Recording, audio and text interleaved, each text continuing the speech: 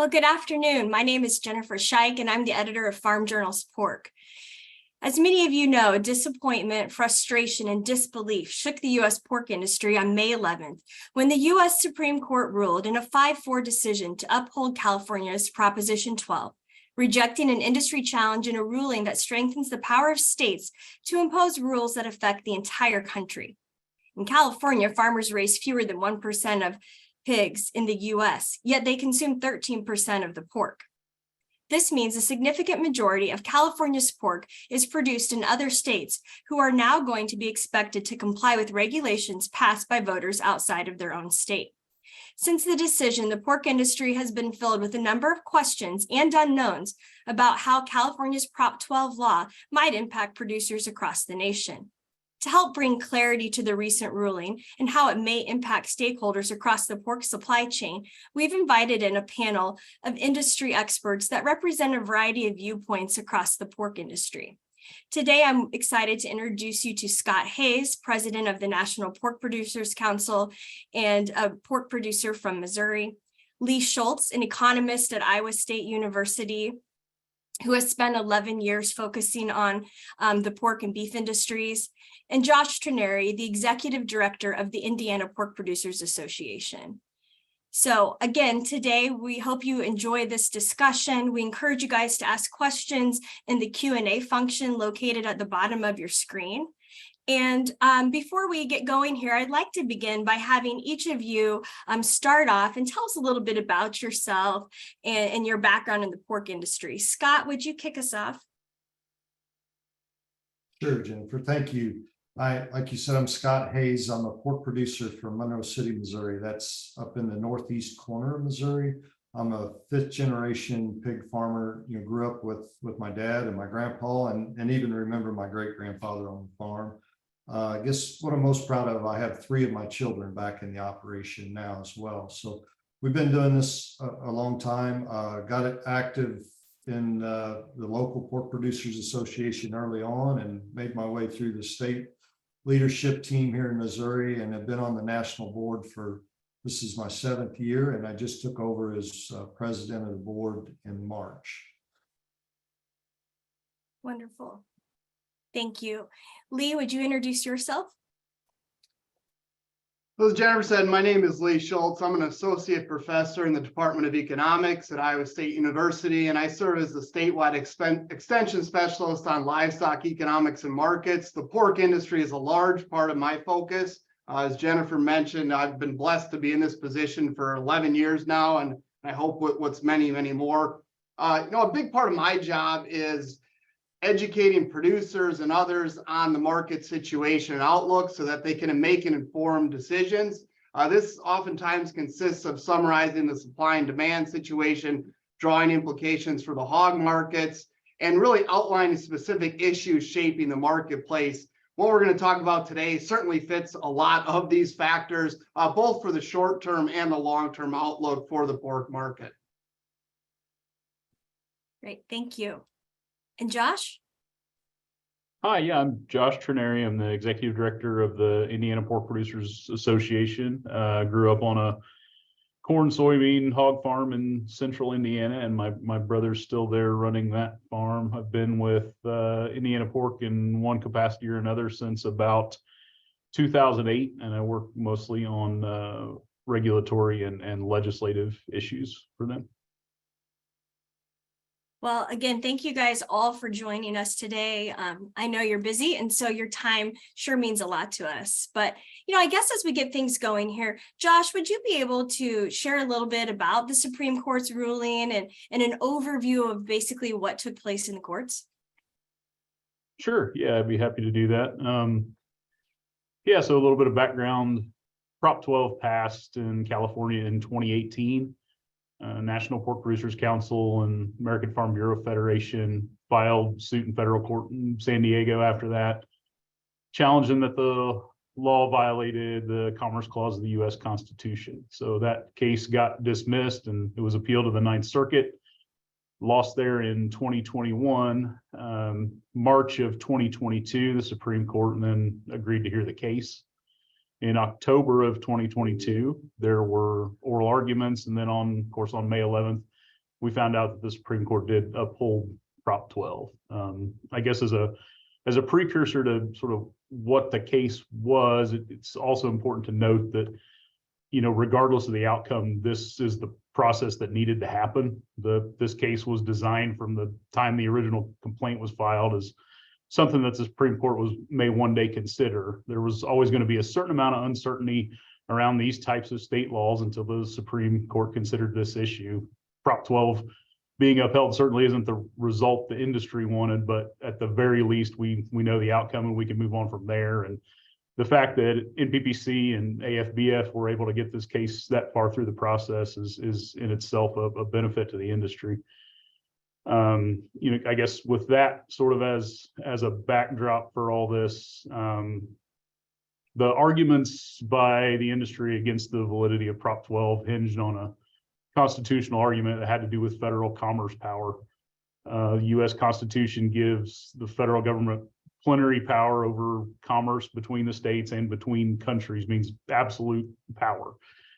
So expansive that there's even sort of a secondary doctrine that goes along with it, saying that with appropriate legislation, Congress can even regulate activities that may not be directly commerce, but they can have a substantial effect on commerce. So an outgrowth of this idea is if the federal government has such broad power over commerce and things affecting commerce, that inherent in all that authority, there's probably limitations to what states can do with regard to things that impact commerce, even if the federal government hasn't decided to directly regulate those areas yet. So case law over the years, Supreme Court case law, you can see guardrails develop around these concepts, and this idea of the dormant commerce clause arose, and it's that idea, the idea that there's state authority is limited. It's inherent in the Commerce Clause that state authority is limited, even if the federal government isn't directly regulating there. So the way to think about how this dormant Commerce Clause work is that if a state law is going to impact commerce between the states, they should be struck down if the state law is discriminatory or unduly burdensome to out-of-state competitors. The state's interest in regulating the activity would have to be more important than the amount of burden on interstate commerce, and there would have to be some level of discrimination against the out-of-state players. So here's a couple examples of how to think about it. South Carolina had a law where larger trucks weren't allowed to come into the state because the state's roads were too narrow. Well, that's going to impact interstate commerce for sure, but if it's a physical impossibility for a truck to fit onto the road, then the state's interest in regulating it's pretty important. So that law was allowed to stand. In a similar like transportation scenario, there was a law in Illinois where rounded mud guards on trucks were required instead of square ones to reduce debris. That law was struck down because reducing debris, the state's interest in reducing debris wasn't important enough to justify the burden it was going to have to every truck coming into the state. So with all this in mind, that's sort of the general concept, so we can get into what the decision in the Prop 12 case says. Prop 12 is a California regulation about production practices, not directly commerce, but activities that impact interstate commerce. And so it's also something that the federal government right now doesn't directly regulate. NPPC and AFBF can't really argue that the law is discriminatory, though, because even though there isn't much commercial pork production in California, the law applies to California producers and out-of-state producers alike across the board. So the argument they make is that even though the law applies to in-state and out-of-state producers both, it's too burdensome on the out-of-state producers. Several past dormant commerce clause cases using this type of analysis have sort of converged then on this broader idea that if a state law has the practical effect of controlling commerce outside the state, it ought to just be struck down. Essentially, that the burden to out-of-state producers ought to be enough to invalidate this law, even though the law isn't specifically discriminating against them. So that concept was brought forth in this case as a way for the Supreme Court to consider invalidating the law. Still, other dormant commerce clause cases have used an additional analysis where the burden of the law on interstate commerce is weighed against the benefit of the law to the state or its residents, and that this test alone, if it weighs in favor of the burden on interstate commerce being too great, then the law should be struck down just because of that. Unfortunately, what the court said is that despite all these arguments, for these huge burdens on out-of-state producers, these huge burdens on interstate commerce, for them to matter at all, the law would still have to be discriminatory first. And that was the issue. The court didn't want to go down a path of invalidating laws just because there was any impact at all outside their borders. And they only wanted to use the analysis that weighed how burdensome the law was against the benefit of the law, if in doing so it fleshed out some level of discrimination against out-of-state interests that wasn't already obvious on the face of the law. You know, obviously folks in the industry know that space requirements, along with many other elements of Prop 12, are arbitrary and not science-based at all. So it seems crazy to us. But in another part of the opinion that took a little different tact, it was discussed that if producers can choose whether or not to comply with Prop 12 or not, and if Prop 12 provides perceived moral or health benefits to California consumers, then that's not something that the court should be involved in trying to sort out which of those interests is more important. Another segment of the opinion basically said that it wasn't worth doing the analysis comparing the burden to commerce against the law's benefits, because harm is only being alleged to the preferred production method of some producers. Although, you know, to us, that seems unreal to think this way when you think about how many operations in this country would have to, you know, make wholesale changes to their production methods to comply with Prop 12. It's certainly more than some. One more note I'll mention is that Justice Barrett thought the burdens caused by Prop 12 were pervasive and would be felt primarily outside California, but she didn't think there was a way for the court to properly measure the burdens, those economic burdens, against the benefits of the law in the state. So again, that's hard for us to fathom when we know, you know, most of the law is, again, completely arbitrary. So now, Jennifer, you can wake everybody else back up. No, thank you. That was the toughest question of the day. And I appreciate you giving a thoughtful answer to that. You know, now I'd like to get into, you know, what were your reactions to the ruling? And Scott, would you start us off with, you know, what went through your head and how did you feel when you found out the news? Jennifer, so this Prop 12 thing started a little after I got on the board. So I've lived it from day one, being on the national board, and had the privilege of being in the courtroom to hear oral arguments, and really thought we had a solid case. So it was very disappointing when we got that ruling. Happened to be with a couple of the other officers when we found out, and just kind of shocked and so disappointed. And then, you know, when we got into it and got to studying the ruling a little bit, it even got more disappointing because the judges agreed with us on several of the points. We even won some of the votes, you know, were in our favor, but overall it was a 5-4 vote against us. But I guess Josh is an attorney, I believe, and I'm not. So in the terms I've been using, the court agreed that it's a problem. They just said it wasn't their problem. And so that was really disappointing. How about you, Lee? Well, I've said this several times when asked for my reaction. I think it's been printed a couple times. You know, this adds a whole bunch more uncertainty to a very uncertain pork market for producers. This ruling comes amid some of the worst financial times we've seen for producers in 25 years. So you have to go back to 1998 to find average pork industry losses this large. We knew there was some signs of contraction before this ruling due to where the profits are or lack of profits in the industry. You know, anything that's going to increase these costs and uncertainty for producers that were already contracting is going to add a little bit more to this contraction going forward. You know, also, I think it's important to keep in mind that the pork industry has really shown a lot of flexibility and resiliency over the last couple of years. You can think about all the challenges we've had as it relates to the pork market. You know, notably, I think of COVID-19 and the impact it's had on the pork market. So in my mind, the ability of producers to respond is not in question, but these adjustments can't happen overnight, right? There's some infrastructure changes that need to take place. Remember that biological lags in pork production means that pork consumed today is based on decisions roughly 10 to 18 months ago. So time is needed to make the necessary adjustments in these production practices.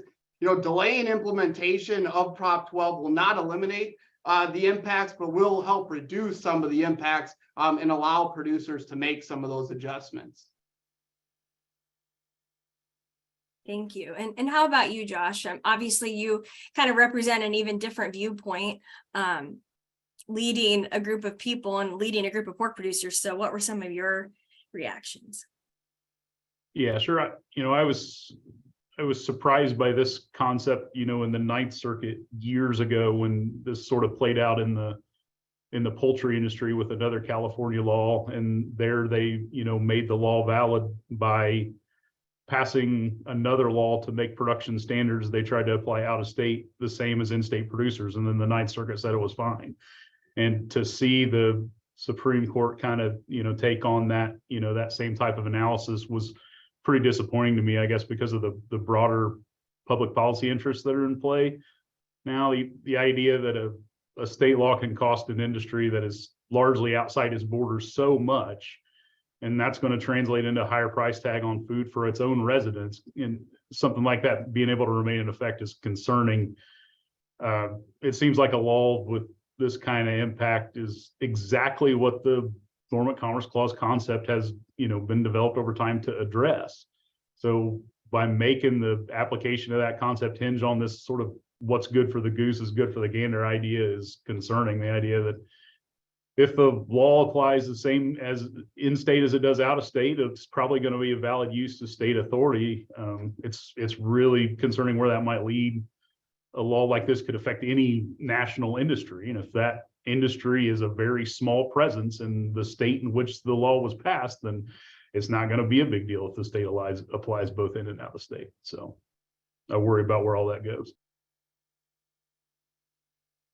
Well, I've had a lot of interesting conversations with just friends, people in my community who know that I have a tie to the pork industry, but I had someone the other day say, "Oh, so this is a good thing. You're happy because this is good for the pigs, right?" And so I'm just amazed because I feel like we talk about it so much. But what are some of the misperceptions that people have? I'm kind of curious, Lee, what your thoughts are on what is Prop 12, but maybe even more importantly, what Prop 12 not isn't it? Well, so Prop 12, what it is it's the law of California per the Supreme Court of the United States and their decision. Now, I think understanding what Prop 12 is and then isn't, it helps tell a little bit of possible impact. So, Prop 12 is it's a ballot initiative. Now, ballot initiatives are proposals of new laws or constitutional amendments that get placed on a ballot by petition. That is, they got to collect several signatures from a certain number of citizens to get on the ballot, right? So once that ballot now was approved or voted for on November 6, 2018, and we've gone through this process, I think it's important to keep in mind that there's past examples where citizens went to the polls and they outlawed a production of a good or a production practice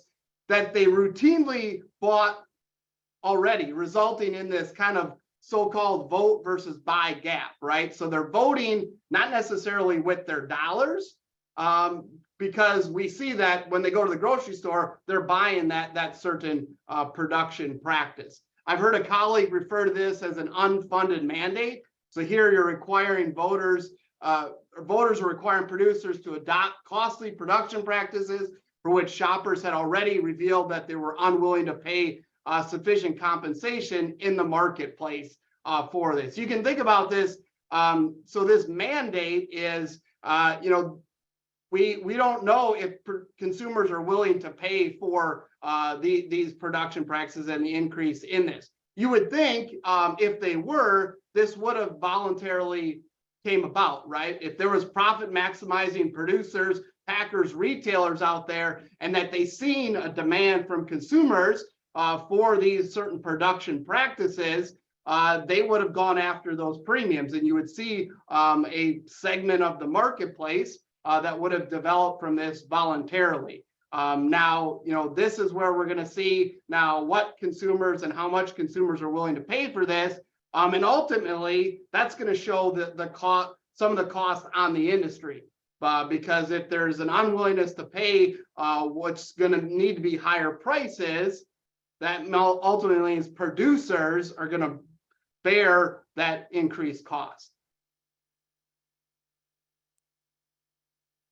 Okay. I guess I'd like to direct one question to you, Scott, here as we get going. I mean, is this going to change how you raise hogs? Do you plan to move your farm towards Prop 12 compliancy? And why or why not? On our farm, or on our family's farm, we do not intend to change our production practices. And the main reason for that is we don't believe this is better for the pig. We've done this, we've raised pigs for over 100 years, and we spent our entire lives trying to make life better for the pig. And there's this forces some practices that we just don't believe are better. Sows are bullies. So you put a group of sows in a pen, and there's going to be a sow or two that gets whipped, gets beat up. And Prop 12 does not allow proper care for that animal in an individual pen. So that's the main reason we're not going to go that way. But also, I mean, there's several reasons, but also, for this to work, like Lee said, you got to get the consumers in California to pay more for the product they're going to eat. Well, that added cost is on the entire pig, but California is only going to get a small percentage of that pig. So we got to get consumers to pay a lot more money for the pounds they're going to eat. And then we got to get the retailer to pass those dollars back down through the processor to the farm. So it has to make 2 more stops before it gets to me. And, we've discussed it, and our family just isn't willing to bet the farm that all of that's going to happen and happen without California moving the goalpost, which they have a history of doing. I think it was 6 years between the first animal standards till Prop 12 passed. That's not enough time to pay for a conversion on a building.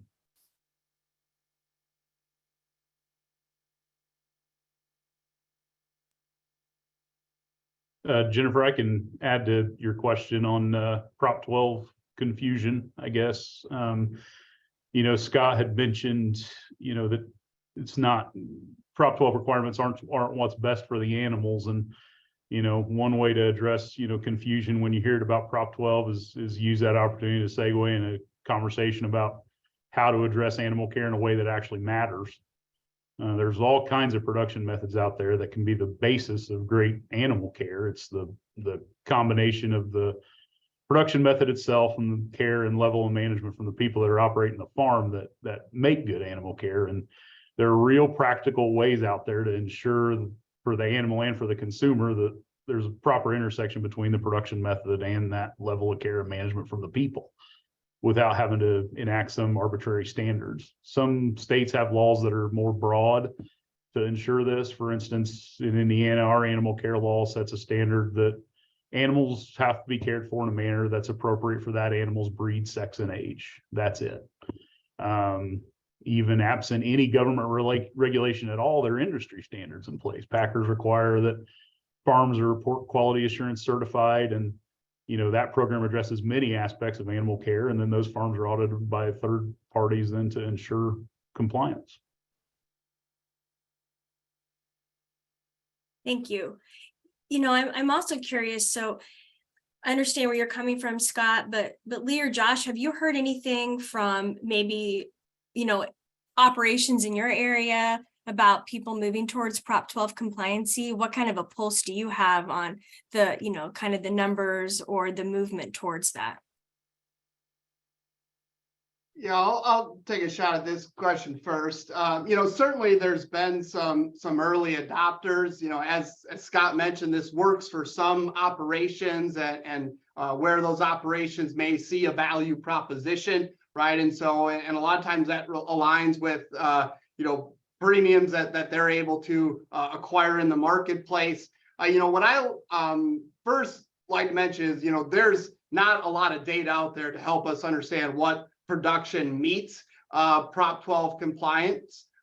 It is a relatively small percentage of production. One way we can look at it, so I'm a data geek here, being an economist, we can look at USDA's data on wholesale pork.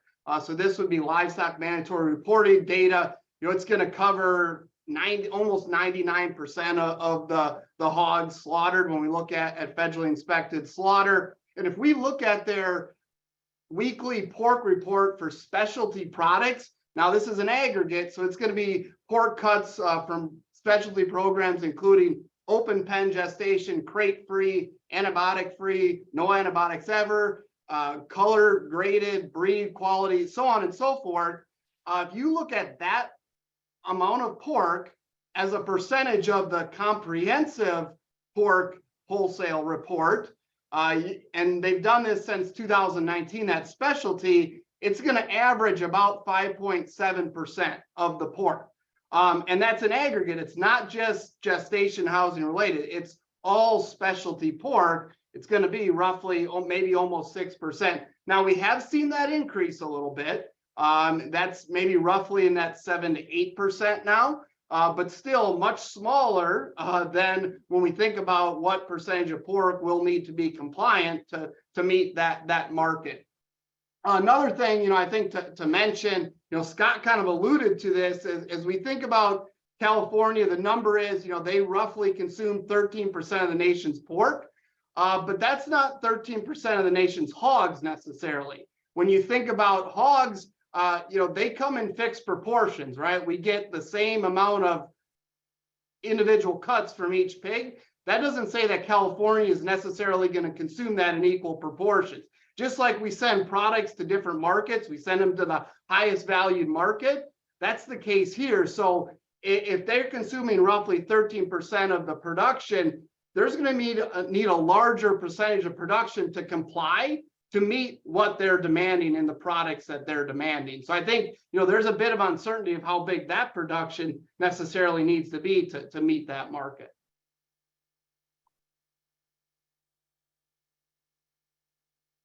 So you were asking about, the pulse we're getting on farms becoming Prop 12 compliant.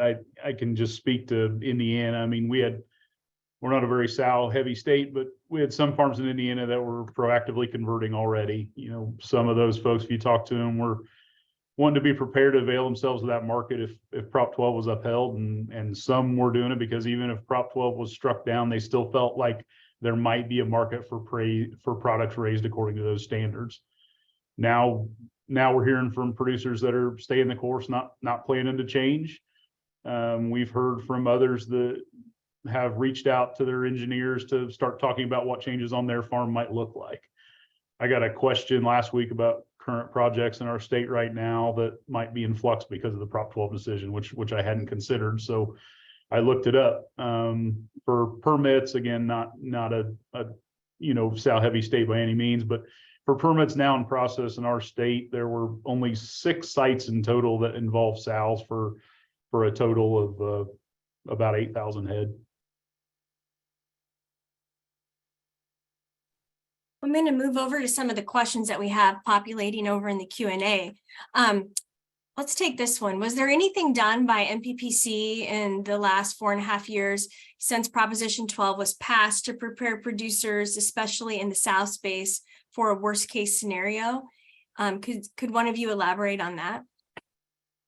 Sure, Jennifer, I can talk to that. I mean, our focus was obviously to stop Prop 12 for obvious reasons, but we also worked with California. We've had consultants in California since 2018 working on this issue, and we've been pushing the state to put out rules on Prop 12, and they kept missing their own deadlines, kept pushing it back, and we kept trying to explain to the state, hey, it's going to take us a year, maybe 2 years, depending on what the rules are on how gilts are raised, for farms to get compliant after they have the rules. We haven't had the rules that long. They're still working on them. So it's a real challenge. And then also, as I've been saying for a long time, a farm is not Prop 12 compliant until the state hands them a certificate that says they're Prop 12 compliant. And they've been very slow about doing that as well. So it's really been unfair to these producers that have spent the money to make conversions to the best of their knowledge, that the state is not confirming for them that they're doing it right. And so that's where we're at today. But we have been active in California all along. We've been pushing to get these rules, to get these certificates out, so that the industry really knows what's going on. Yeah, the relationships built out in California, as discussions have gone on over the years, or what's going to be the basis for how NPPC helps California, between NPPC and California conversations, navigating what all this is going to look like in the future as we try to gear toward a smooth implementation, or as smooth as possible of an implementation. So the fact that they're working and negotiating in there, and also talking to the Massachusetts folks as well. We don't want to forget about Massachusetts question 3 and all this too. One thing else I'll bring up again to the certification question. There's the certification issue that Scott brought up. Is California also needs to sooner than later approve more firms that they're going to allow to go into states and certify. I've heard that's been something that's really been dragging as well. Just last week, Jennifer, we did get California to agree to do some webinars on compliance. There's 3 that target different segments of the industry. The one for pork producers, unfortunately, is the last one, but at June 27th, CDA is going to have a webinar for producers on compliance. So I would encourage people to, if they're considering Prop 12 or think they're Prop 12, to get on that webinar. But that's a direct result of our work in California. Yeah, that's great to know. I do plan, that's on my list today, to write that story up and get that information out to people so they have it. So I'll make sure that I give that out there on porkbusiness.com. But, I guess adding on to that, there obviously everybody's got questions about certification. I think there's a lot. I think that's, to me, a big black box of not really knowing. I've listened to different people say different things about it, but is there anything else that you guys want to add about the certification? I know there's several questions that have been coming through the Q&A, about how will California do it? And how will producers, another question says, how will producers demonstrate compliance with Prop 12? Will it need to be third-party verified? Any final thoughts on what you guys do know or what you can share at this time? One thing I'll just interject is realizing that that's not costless, right? So this adds to the cost to the entire industry, right? As we think about all these points that that certification compliance needs to be certified, that's going to be costly to the industry. And again, those costs are passed on to consumers in the form of higher prices. One question I have as we think about certification and audits is, what does this mean for biosecurity, right? And we know that's very critical to the pork industry, and how does that, that's obviously a concern, and how is that handled as we think about this process of certification? Yeah, Lee, that was a concern of ours early on, and because the state of California obviously didn't understand biosecurity. They were talking about, visiting multiple farms in a day or in a week. And we had that conversation with them. I'm not sure exactly where we ended up there, but I know we've had that conversation early on about biosecurity. But hopefully they'll follow the rules at the farms. Initially, they had surprise inspections as part of this. We pushed back on that, but a lot of this is up to California.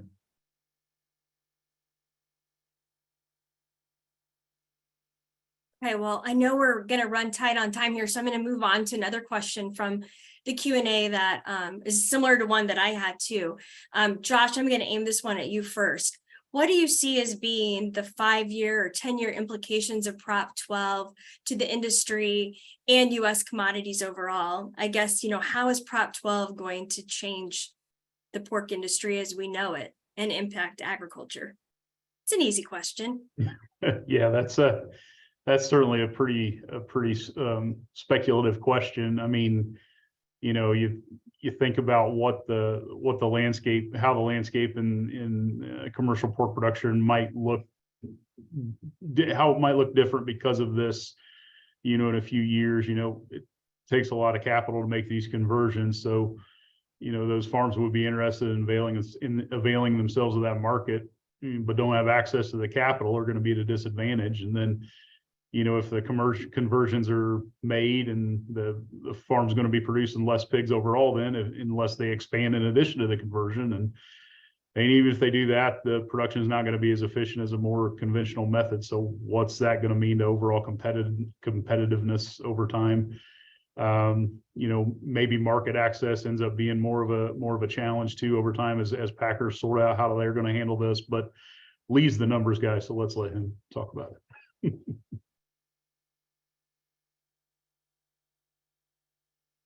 Sure. Well, I think when you're thinking about a producer, voluntarily, making this adjustment, they don't want to be they can't be any worse off, when they're making this investment. The information that we've collected from a lot of sources say that, you're going to increase not only the investment costs of the facility, but you're going to have increased operating costs, right? And when you talk about additional labor potentially needed, increase in utilities to heat the barn. If you're having 20% fewer sows, there's a lot of indications that there's lower productivity when you're seeing this with increased square feet per sow. Some of those differences may narrow over time. There's some learning by doing, but those impacts are incurred every period, or every time you're marketing a pig. So they're going to be notable, over time. As we, some of the modeling that we've done, it shows that if you're going to see premiums needed to kind of offset those higher costs, they're anywhere from $8 to $18 per weaned pig. So per pig that's marketed. Now, those can be even larger under certain scenarios where we maybe see higher operating costs, lower productivity, certainly maybe early on as we're seeing some of that adoption. And one thing that I like to critically point to is that, those premiums are going to be needed over the life of the investment. So as we're talking about the next 3 to 5 to longer, well, some of these investments are 15 to 20 years when you think about, a facility. And so those, very important to keep in mind that this is going to increase, the cost for a longer period of time in the industry. Now, one other thing I think is really critical when we think at certainly there's efficiencies of size in production. So, larger producers that are able to spread more costs over more pigs, right, are lower costs and may be able to make these adjustments easier and at lower costs than smaller producers. And so, I think there is, when we think about adjustments, it's likely the larger producers that can make these adjustments and be able to go after some of those premiums available in the marketplace. Another question that just came up is from a pretty sure it's from a friend in California, who says, although pork producers are impacted by Proposition 12, so are poultry and veal operators. We can't do this alone. In addition, bean and corn growers are ultimately impacted along with the packers and others in a ripple effect. So what is MPPC doing to partner with all of the commodity and ag groups to maximize lobby efforts, funding, and public education? Are there any more efforts going now that you could share?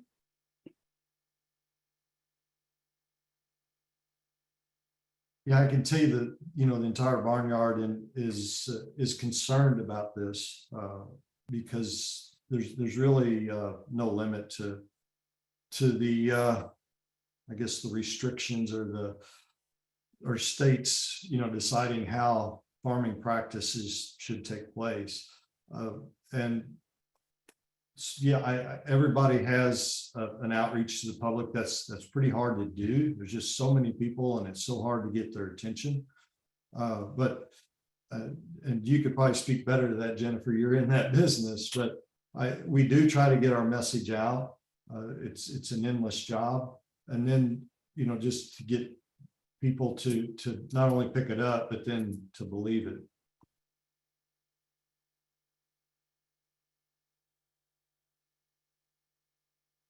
Okay.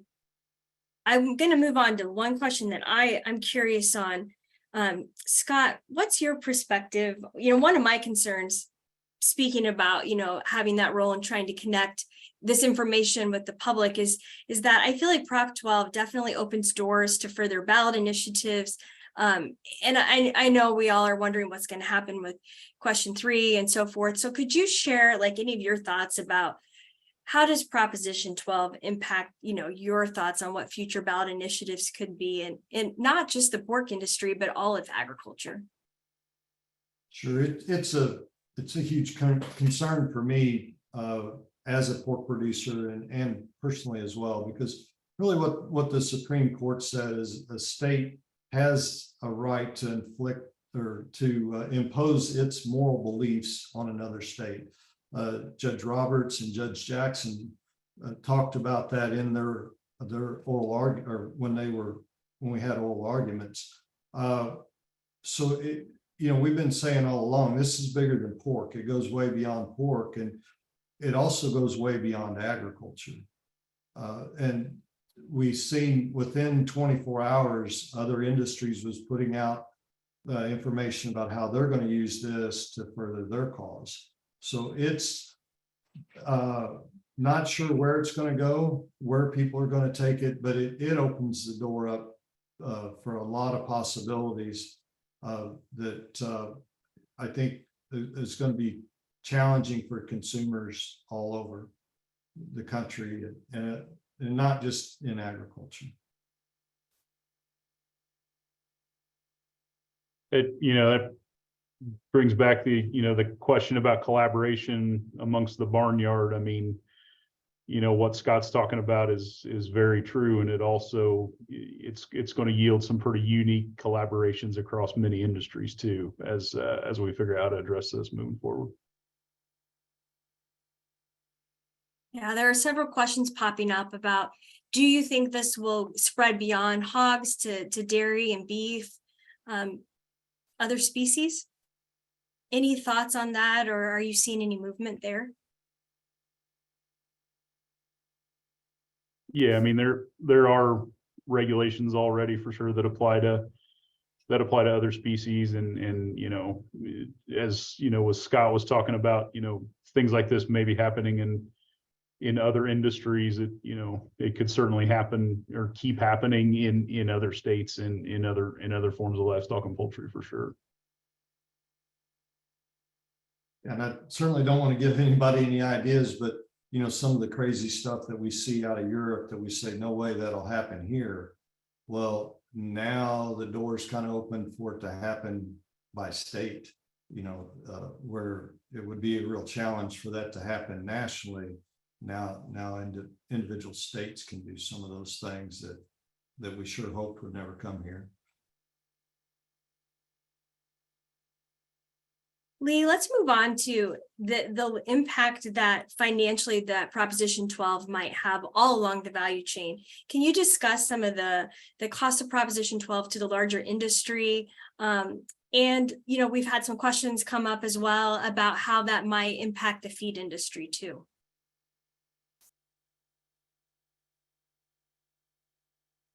Forgot to unmute there. So there's a lot to unpackage there. I kind of walked through some of the initial costs, right, to make some of those adjustments. Specifically to the question, how does this impact feed demand? For economists, we have to kind of look all else equal, right? So, if this higher cost to the industry leads to contraction in the industry, right? So you have lower production, less animals. Certainly that's an impact on feed demand. And so this has certainly ripple effects to, allied industries as we think about the impact of Prop 12. If you generally think in the protein market, relative prices here matter, right? So if you think about demand as a function of consumer tastes and preferences, income levels, obviously we're seeing income levels impacted with inflation, interest rates, and then prices of competing substitute goods and complements as well. But substitutes is really the important thing there. So in California, where prices are going to be higher because this cost will be passed on to consumers, that all else equals makes pork less competitive in the retail meat case. Hence all else equal, because we know, like, for example, the beef industry is in a period of contraction and tighter supplies are going to lead to higher prices. So how that all work out, is yet to be determined. But also in the short term, if you think about the adjustment and the timeline here of implementation of Prop 12, if this happens in the next couple of months, right, there's a lot of production that's currently going to California that will not be compliant for the California market. Well, that has to go somewhere else, right? Because we can't just stop that supply or change that supply.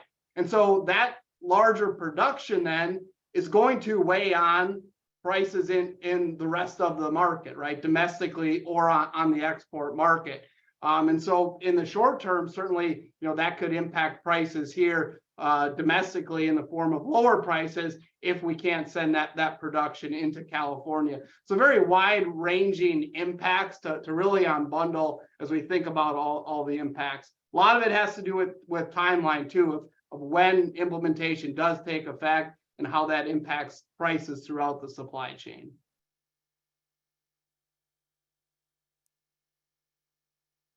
And building off of, I guess that was another question that I had, and I might throw that to you first, Scott, is what will the impact be from an international market standpoint? How does Prop 12 affect our position with, our international trade partners?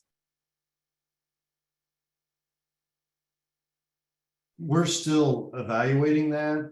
I know some of our international partners are looking into that themselves, trying to understand it.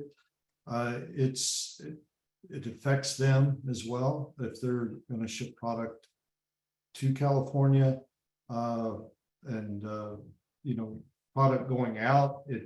It doesn't affect because even though a lot of product flows through the ports in California, that product does not have to be Prop 12 compliant to travel through California. So that was something we worked on early and was really glad that it wasn't going to affect that product. That would have been a really big challenge for us. So I don't know how the different foreign markets are going to handle this, but I know they are asking some questions, just like producers here are.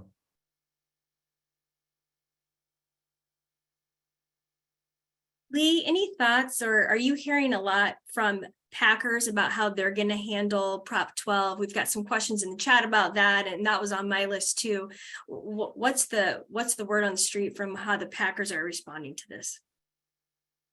Good question. So I don't want to put words into packers' mouths. I haven't directly talked to any, but questions I would have as a packer are very many, right? So if you think about, because of the uncertainty with enforcement, right, and compliance certification, do some packers stop sales of covered pork products to California customers, right? It may be too costly to do that, right? And some packers may choose not to, or not to in the immediate run, and maybe change later on. You know, will they have separate production lines in the plant, which is more costly to do? Will they harvest Prop 12 compliant pigs on different days? You know, will multi-plant packers harvest Prop 12 compliant pigs at some facilities and not at others, right? And that has impacts for market access. You know, I think also important to highlight is that it's not just producers that are losing money right now in the pork industry. When you think about pork packers, even with lower hog prices being paid, we've seen suppressed wholesale pork values, and you're seeing margins notably struggling for pork packers. You know, we've had announcements of pork plants shuttering or have shuttered recently. So again, as you're adding a cost to the entire industry, this is certainly a burden to the industry, adds more uncertainty for packers, and they're a critical linchpin here when you think about, you know, supplying this Prop 12 compliant pork.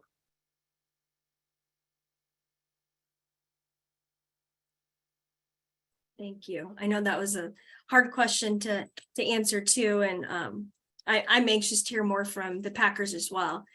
I'm going to throw it out to you because I think it's an interesting thing to consider too.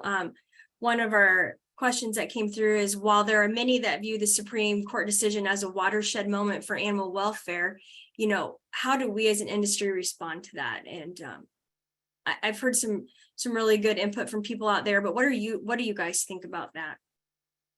Scott, you've alluded to it a little bit already.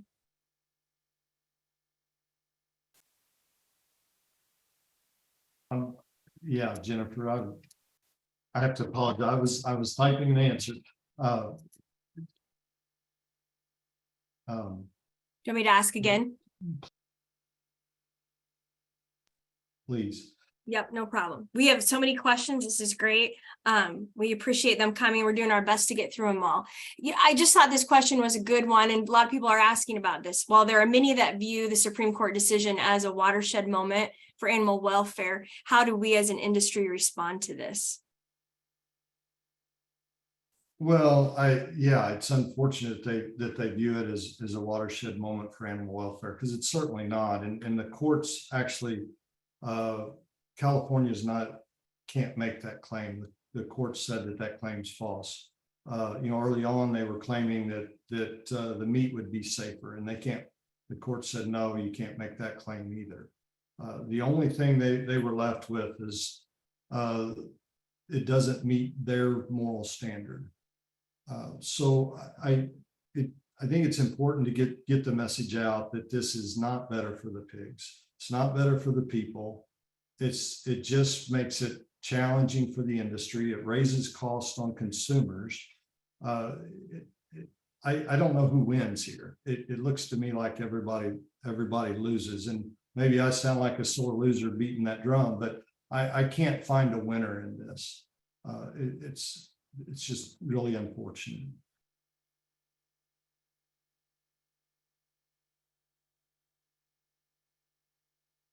Okay. Trying to look at my time. I guess, you know, we've got some questions coming out about question 3 and things that are going on in other states. Would anybody be able to answer key differences between question 3 and Proposition 12?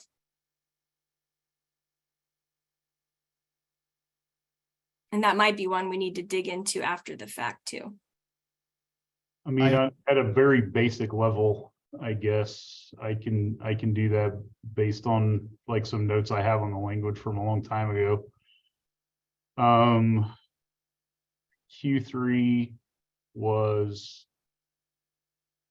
banning the sale of pork from hogs born to breeding pigs anywhere in the U.S. kept in stalls. Breeding pigs cannot be prevented from lying down, standing up, fully extending the animal's limbs, or turning around freely. can only move to farrowing stall 5 days prior to the expected delivery and while nursing piglets. It covers all wholly pork products which are not cooked. Now, Prop 12, ballot initiative banning the sale of pork from hogs born to breeding pigs anywhere in the U.S. kept in stalls. Breeding pigs cannot be prevented from lying down, standing up, fully extending their limbs, or turning around freely. Pens must provide a minimum of 24 square feet of usable floor space per breeding pig. Can only move to farrowing stall 5 days prior to expected delivery and while nursing piglets. Also covers all wholly cooked products which are not cooked. It's pretty overwhelming to think about so many prescriptive standards for all these different states, and you know, gosh, it's a little bit scary to think about these things continuing. You know, a quick question. Does anybody know, are there any potential grants that are available to help fund these conversions to become Prop 12 compliant? I haven't heard of any. I mean, especially since the conversions are voluntary, that would be a tough environment to enter, I think. I haven't seen anything about that either. Okay. Well, goodness, I know we're close on time and I know we get shut off right at 4. So I just want to say thank you guys, so much for joining us today. We are sorry we couldn't get to all the questions. They're going to try to answer a few over there real quick in the next minute if they can. But, I want to encourage you all to stay tuned into what we're doing here at porkbusiness.com. Next week is Pork Week, where we're going to celebrate the pork industry on all of our Farm Journal platforms, from Ag Day TV to AgriTalk and US Farm Report. And then obviously on Pork Daily and porkbusiness.com, we've got a lot of great stories and I'm super excited. We've been working really hard on putting some great content together, and we're going to talk more about Proposition 12. We're going to talk more about profitability and the issues that you're facing in the industry now, but we've also got some really heartwarming, great stories of resilience and wonderful things that our industry is doing. So please tune into us and pay attention to what we're doing next week. I also want to encourage you guys to stay tuned for our next Farm Country update, Thursday, June 21st, with AgriTalk's Chip Flory discussing the 2023 Farm Bill. And again, thank you so much for attending. We will send a link with this recording as soon as it's available, hopefully later this week yet. So with that, I hope you guys have a great day and look forward to running into some of you at the World Pork Expo next week.